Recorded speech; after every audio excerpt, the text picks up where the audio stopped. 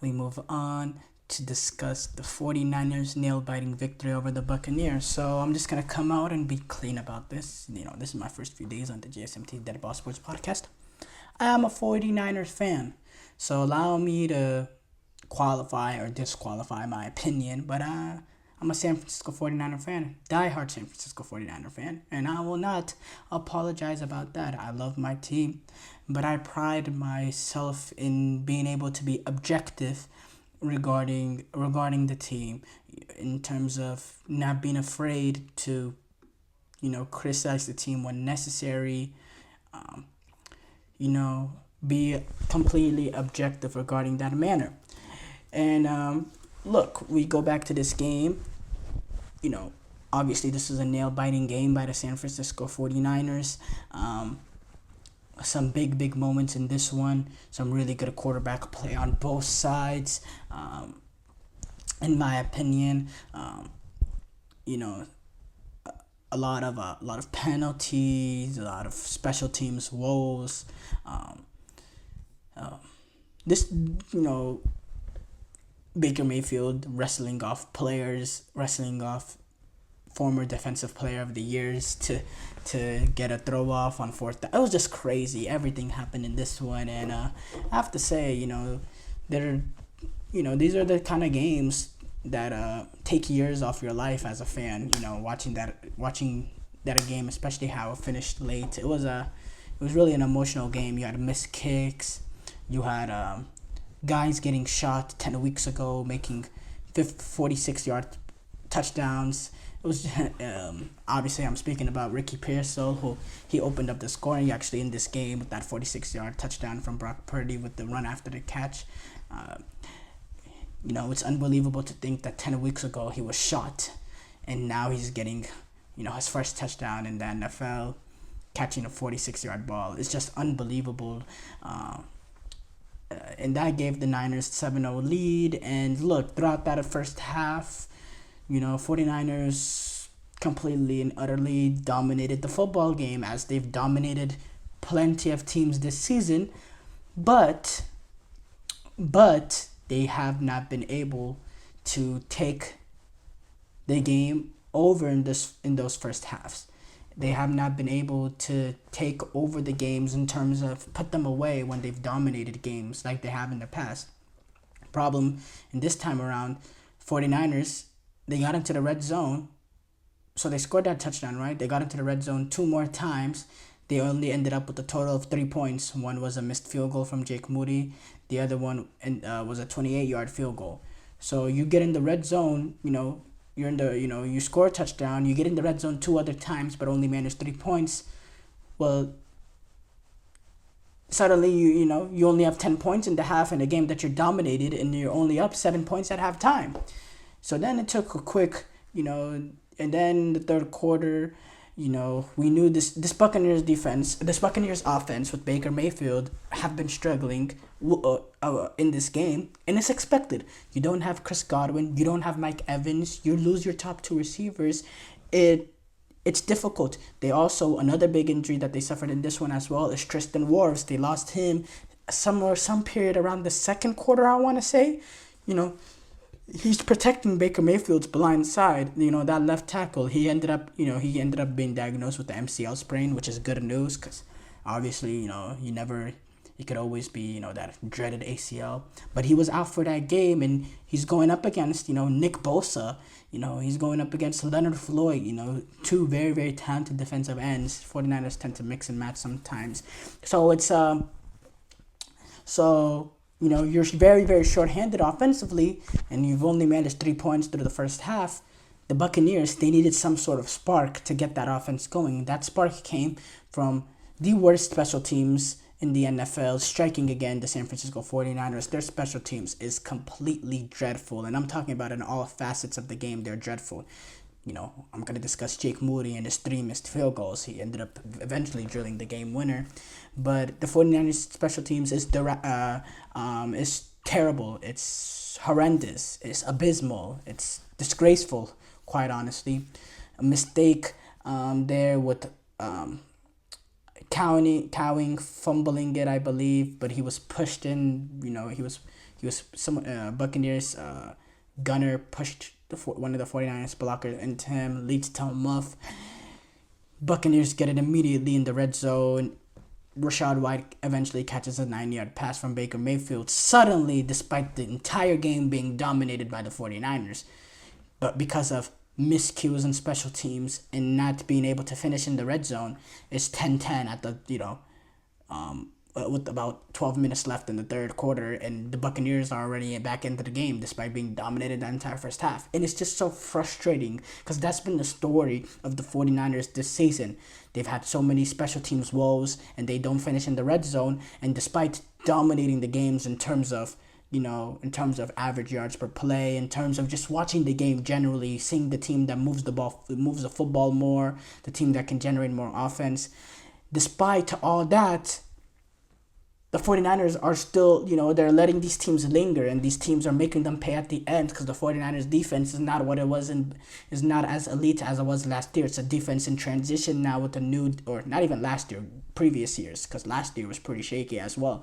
But it's a defense that is going to be in a little bit of a transition now, being managed by a defensive coordinator, and they're going to need these, next couple of games to, it should be the first 8 games, but they're gonna need just a little bit more time to to mold. And I think they have been improving defensively. Yes, you're going up against a Buccaneers team with Mike Evans and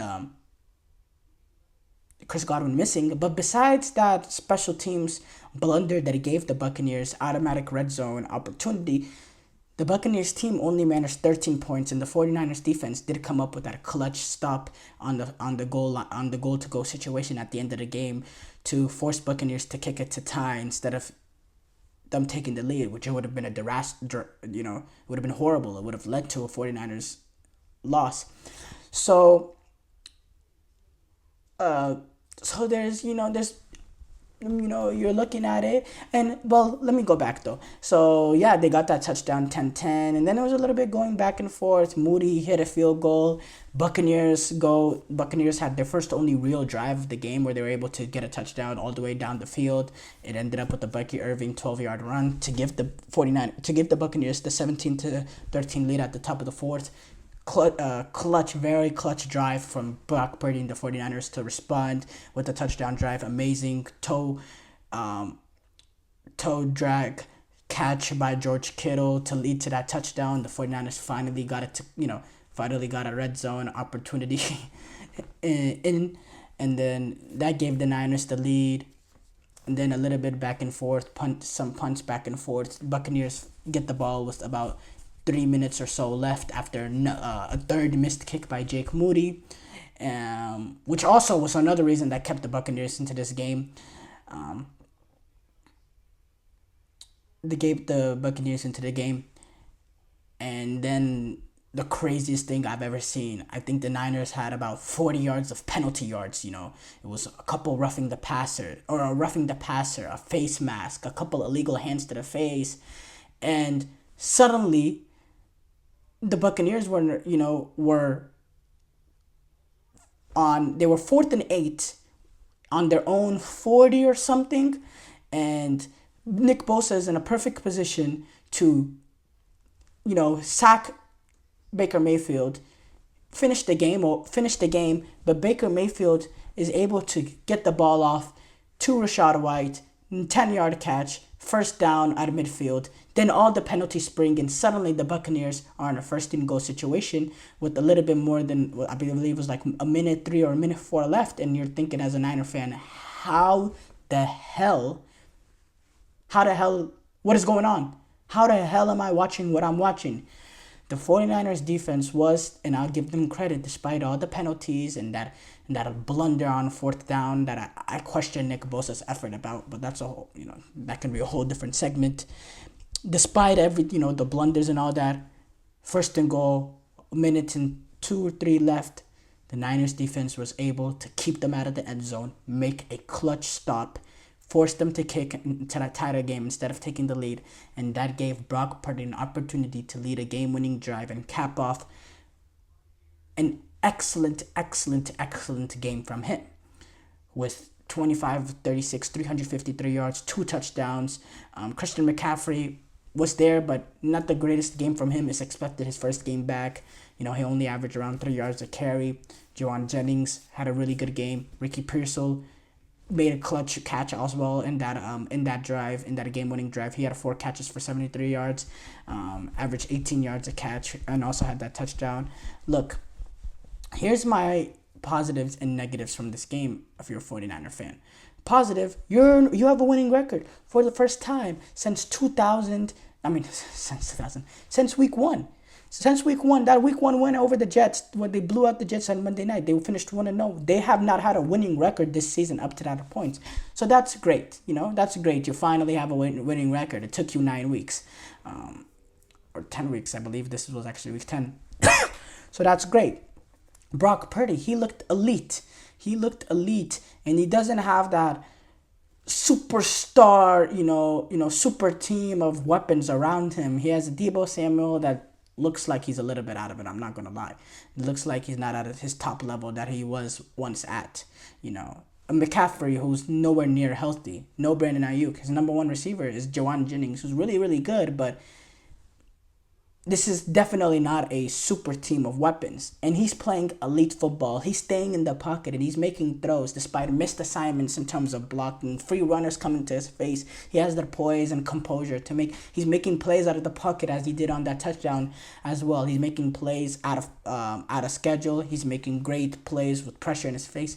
He's had an unbelievable season. He's had a few dark moments here and there. That Chiefs game was really bad, but overall he's had a really good season, and he's playing tremendous football. That's a great positive. Jawan Jennings is a great positive. Ricky Pearsall is a great positive. He is a first round pick, so there is some expectations with him. He got shot 10 weeks ago, and he's out here getting 70 yards in his third game, scoring a big touchdown. I think he's somebody that can be a big player for the 49ers going forward. He definitely has some potential. There's some potential to work with. Christian McCaffrey, he's only going to get more and more, adjusted. But there is some negatives. They can't stop kicking, shooting themselves in the foot with special teams errors, with late game collapses. They need to figure that out. Because they're playing a lot of bad football, and their talent has been bailing them out in a tremendous fashion.